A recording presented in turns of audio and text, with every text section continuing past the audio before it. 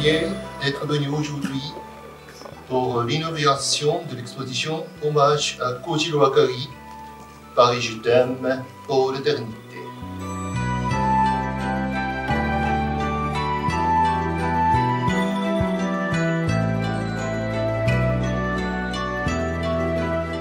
Nous sommes ravis autant qu'honorés d'accueillir cette exposition ici, chez nous, car cela nous permet de célébrer la mémoire de l'ami fidèle qui était Maître Akagi.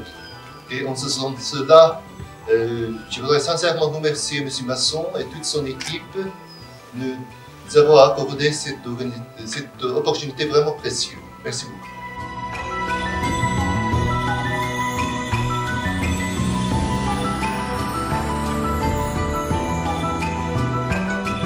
J'ai l'honneur de faire vivre l'œuvre de M. Akagi. Comment il choisissait ses œuvres? Alors bien sûr, il y en a certaines où il va vous dire ah bah là, Lénine a vécu deux semaines, ici c'était l'appartement de la Calas. Mais en dehors d'une plaque ou en dehors de quelque chose, quand nous, Parisiens, on passe devant, on ne sait pas si c'est qu'est-ce qui se sont passés dans ces bâtiments. Dans les œuvres de Kojiro, dans les dessins de Kojiro, vous trouverez très rarement des personnages, vous ne trouverez pas d'animaux, vous ne trouverez même pas de feuilles, vous trouverez des bâtiments. Et à vous d'imaginer ce qu'il y a à l'intérieur des bâtiments. Kojiro, en fait, était tous les après-midi dans la rue. Son travail, c'était dans la rue, été comme hiver. Il était voilà, sur le pavé, mais son travail c'était vraiment d'arpenter Paris, et c'est pour ça qu'on l'appelait vraiment le plus parisien des peintres japonais, parce que il prenait rarement le métro, et encore à 87 ans, part toujours du dessin. Les huiles au filet rouge ou au filet blanc, majoritairement au filet rouge, n'existent jamais sans dessin. Et tous les dessins, c'est-à-dire il y a plus de 600 dessins, ne sont pas représentés en huile rouge ou blanche. Donc voilà, sur 600 dessins, on va peut-être avoir 300, 350 huiles au filet rouge, ce qui est déjà quand même assez considérable.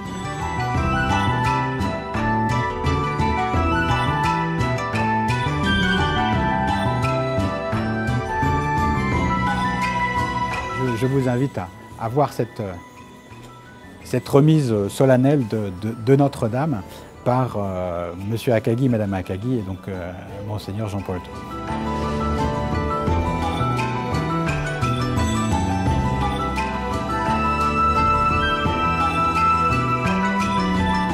Ça fait un moment que je travaille avec le fonds de dotation de Kojiro Akagi avec Jean-Luc Masson qui est président.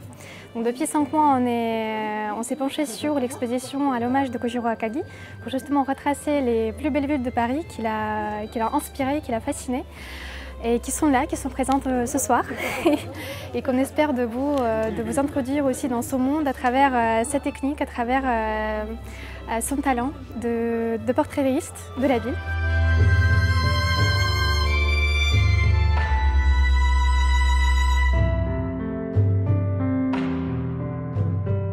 De base, on a pris d'abord les directions de Choisir 20 arrondissements de Paris, et par la suite, on s'est un peu élargi en fait. Il y a plus que 400 huiles et 600 dessins, et en plus il y a des aquarelles. Et nous sommes toujours en train de découvrir les petits dessins, les petites œuvres de Kojiro Akagi qu'il n'a jamais montrées au public. Donc c'est comme un atelier d'artiste, pour rentrer et vous retrouvez avec des trésors. La vocation du fonds de dotation, c'est de promouvoir la figure de l'artiste, de ses œuvres, et de construire peut-être par la suite aussi, on espère, de créer un musée où ces œuvres seront préservées, conservées, et de contribuer en fait au développement aussi des échanges franco-japonaises sur la scène artistique, parce que Kojiro Akagi était une figure importante pour la diaspora japonaise à Paris. Donc en fait, on englobe beaucoup de pôles différents pour justement montrer la vie de l'artiste, son talent et ses œuvres. Je suis Pascal Niot. Je suis passé par de nombreux chemins pour en arriver où j'en suis, mais j'ai été dans le culinaire, j'y suis encore dans mon esprit, j'ai le titre de maire de France, et peintre depuis toujours. Je ne pouvais pas faire autrement parce que j'ai fréquenté cet artiste Kojiro, et surtout aux artistes français. On se côtoyait puisqu'il est un médaillé d'or des artistes français, comme je le suis aussi. Et on se retrouvait encore dans les jurys il y a encore moins de 2 ans. Parce qu'avec le Covid, il y a eu une suspension une année. Et je n'aurais jamais pensé qu'ils disparaissent aussi vite, quoi. Ah ben, il y en a de nombreuses que je ne connaissais pas. Non, il a beaucoup d'œuvres. Hein. Il a près de 600 œuvres, je crois, voire plus. Hein. Donc là, il y en a 30, plus de 30. Mais enfin, il a beaucoup aussi de petits formats qu'on verra dans d'autres occasions.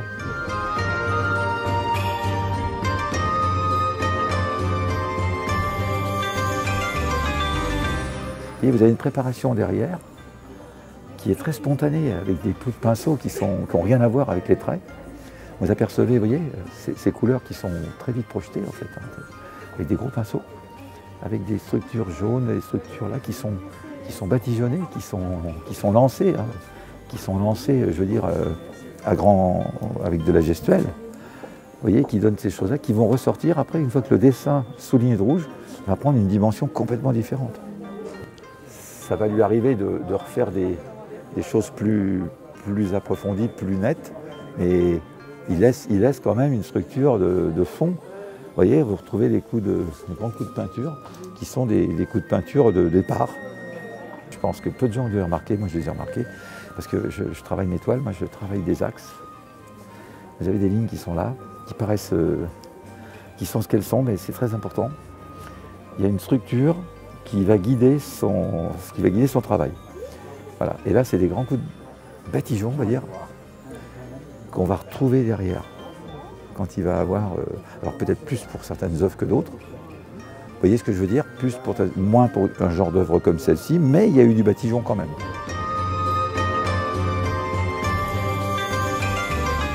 Alors c'est bientôt Art Capital, dans quelques jours, puisque c'est vernissage le 15, si je ne me trompe pas, le 14-15 février, donc c'est quand même difficile aujourd'hui pour les artistes, très difficile. Je pense que les sculpteurs sont encore les plus grandes victimes que les peintres.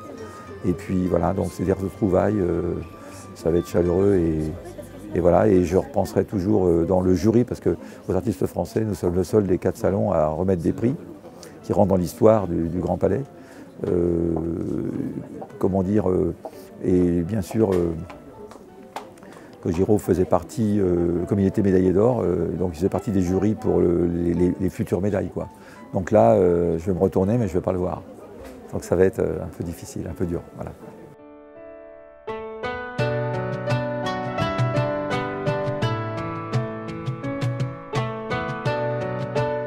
Alors là, je présente cette fois-ci une toile qui aurait dû être exposée l'année dernière, mais le salon n'a pas eu lieu.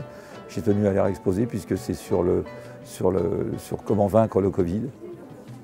Et là, j'ai une forte émotion en vous le disant, parce que je m'aperçois à la minute où je parle que les choses sont en train de se bonifier, on va dire. On ne va pas dire mais c'est sur le Covid, c'est une toile que j'ai imaginée, elle s'appelle Passage. C'est tout dans l'imaginaire d'une avenue de New York que j'ai réinventée et qui fait la symbolique d'un passage, d'un funambule qui traverse une avenue où d'un côté il n'y a plus de vie et de l'autre côté la vie reprend. Donc c'est une grande émotion que je vais présenter cette toile.